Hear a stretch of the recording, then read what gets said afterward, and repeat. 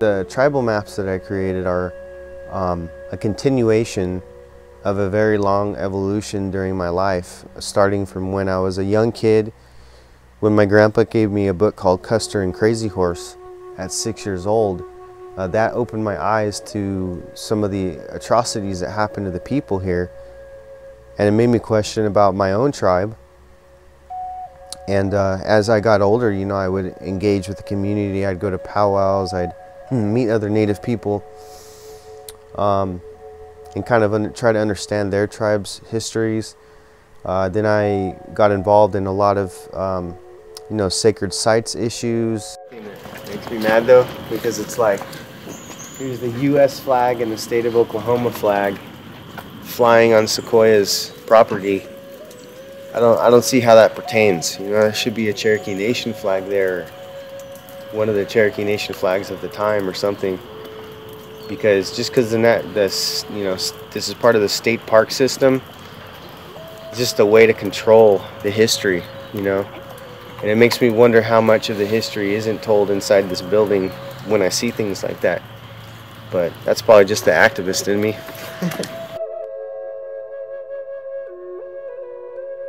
I got involved in trying to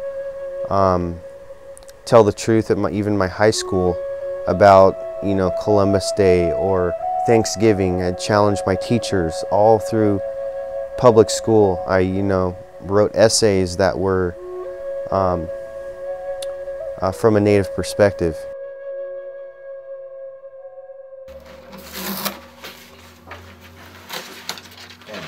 Success.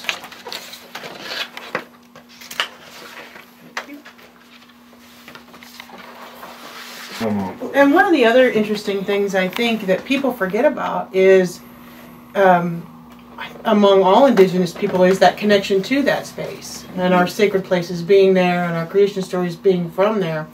And being Lakota, we kind of grew up in that general area of where we were from, so we were blessed in that way that, yeah, we were shrunk down and that sort of thing, but still we were still right there. Right. You know, and you can go out and you can smell it and remember.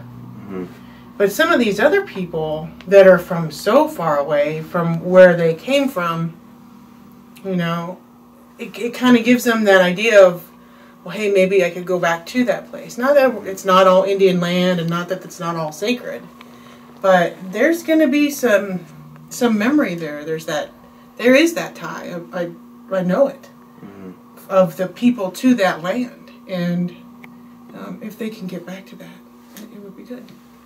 Yeah, and it's a continuation of a vitalization, because you're absolutely correct to think that here we are in 2015, and language, some ways of prayer, all of that is still exists. It's still, I hear people say, well, I didn't grow up in that way of life, or I didn't get the luxury of being amongst those people. Hey, it's already in your DNA. And when you look at this map and you see it, you see that, again, it's hardcore proof and evidence and fact that we are still existent. You know, and so it's very important, and I'm going to use the heck out of it. In all of my education programs, I'm going to use the heck out of it.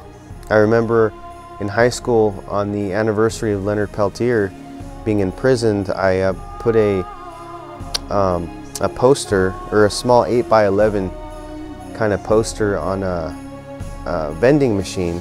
I taped it onto it saying a sign that said "Free Leonard Peltier," and I got suspended.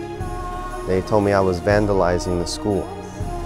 So, you know, I've always kind of been an activist. It's kind of my nature, and I think it commenced as a small kid. Maybe I was exposed too early to some things, to some, you know, realities of history. But yeah, over time, you know, it just evolved into, why aren't we using the correct names for tribes? Where are these tribes? Why are they not visually represented anywhere? Why is no one standing up from those tribes and tearing down the bad maps? Yeah.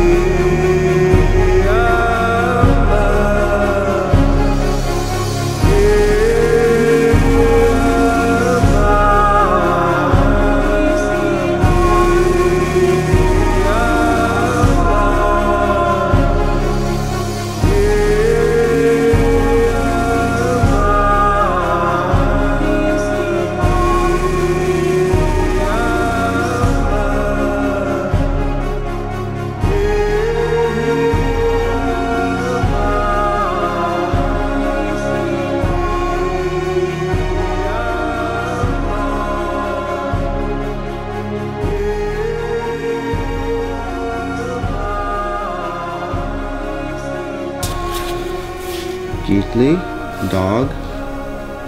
Gitli agotihas. Gitli utana. Gitli usti. Can you help me turn it? Big dogs and little dogs. Chuntana getli, ale chunsi getli. Black and white dogs. Ani ganige getli, ale ani unega getli. Getli agotihas. Ha usti, ha sukoye. I have a hope for these maps that they, and I've seen them do this already. I've seen them instill pride in people. People that have never seen their tribe on a map before, you know, they let me know, hey, you know, I appreciate that my tribe's on there, or my band of my nation that hasn't ever been represented is there. And I think about things like, you know, all of the suicides and the depression and the drinking and some of the negative things going on in Native communities. And not that my maps are going to come in and clear all those problems away, but I feel like it's one small piece of the puzzle of bringing pride back, you know, and bringing a sense of like we need something visual to remind us that this is Native land, you know. And there's so many people that have so many reasons to be proud that are walking around missing that pride. So it's just part of the restoring names, which is a theme that's going around in Indian country right now and has been for years, way before I started my maps. This is just part of that kind of, in that vein of taking back our names, restoring the correct names, and then using those names on a daily basis, not just saying, oh, I happen to know it, but using that and making that part of yourself.